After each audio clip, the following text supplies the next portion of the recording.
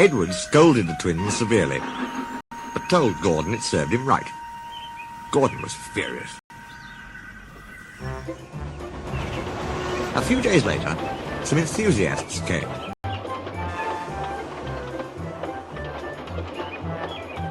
On their last afternoon, they went to the China Clay Works.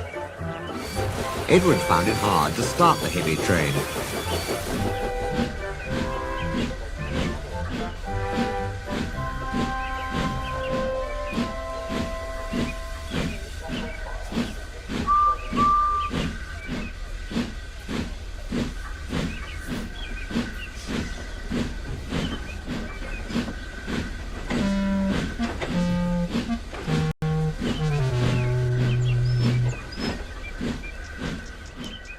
Did you see him straining? Asked Henry. Positively painful, remarked James. Just pathetic, grunted Gordon. He should give up and be preserved before it's too late. Shut up, burst out Duck. You're all jealous. Edward's better than any of you. You're right, Duck, said Boko. Edward's old, but he'll surprise us all.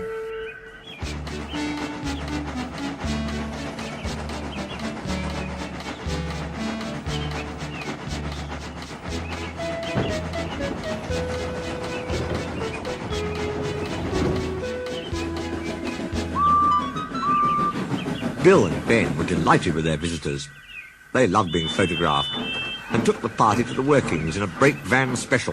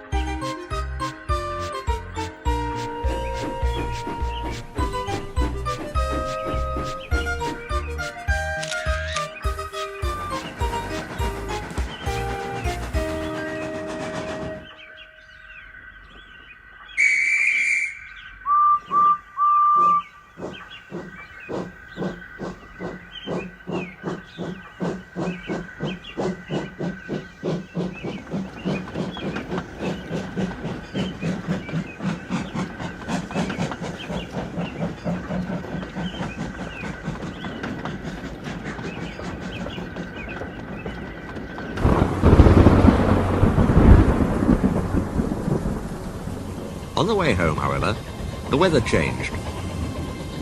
Wind and rain buffeted Edward. His sanding gear failed, his wheels slipped, and his fireman rode in front, dropping sand on the rails by hand. Come on! Come on! Come on! Panted Edward breathlessly. This is dreadful! But there was worse to come.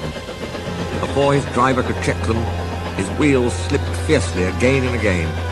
With a shrieking crack, something broke and battered his frame and splashes up and out of shape.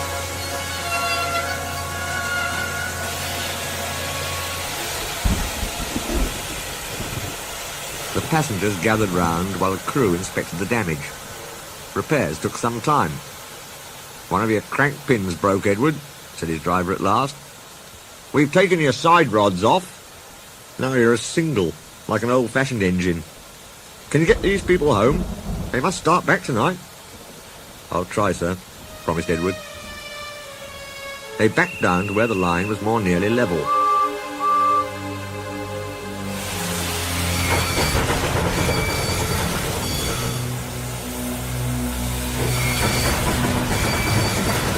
Edward pulled his hardest, but his wheels kept slipping and he just could not start the heavy train. The passengers were getting anxious. Driver, fireman and guard went along the train, making adjustments between the coaches. We've loosened the couplings, Edward, they said. Now you can pick your coaches up one by one, just as you do with trucks. That will be much easier, said Edward gratefully. So with the fireman standing carefully in front, the driver gently opened the regulator. Come on, puffed Edward. He moved cautiously forward, ready to take the strain as his tender coupling tightened against the weight of the first coach. The first coach moving helped to start the second helped the third, and so on down the train. "I've done it! I've done it!" puffed Edward, his wheels spinning with excitement. "Steady, boy," warned his driver, skillfully checking the wheel slip. "Well done, boy! You've got 'em! You've got 'em!" And he listened happily to Edward's steady beat as he forged slowly but surely up the hill.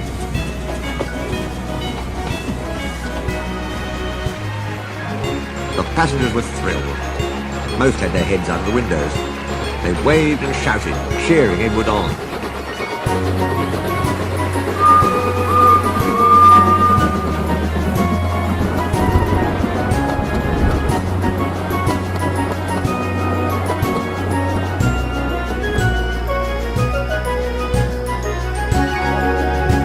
The Fat Controller paced the platform.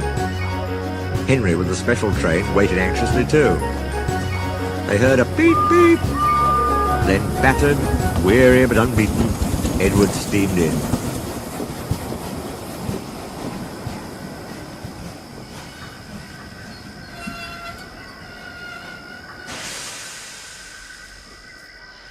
The Fat Controller stepped angrily forward. He pointed to the clock. The excited passengers swept him aside. They cheered Edward, his driver and fireman to the echo before rushing off to get in Henry's train.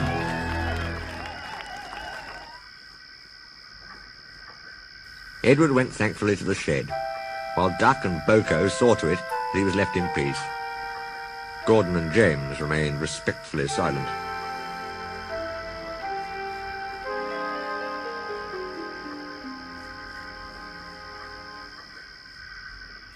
The Fat Controller asked Boko to look after Edward's line while he was being mended.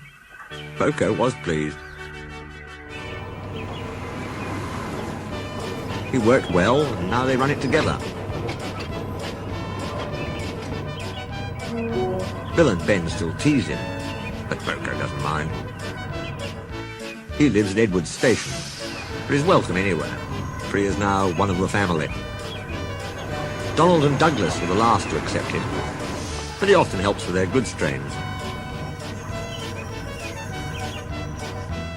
And the other day they were heard to remark, "For a diesel, yon Buku's nae such a bad sort of engine." That, from the Caledonian twins, is high praise indeed.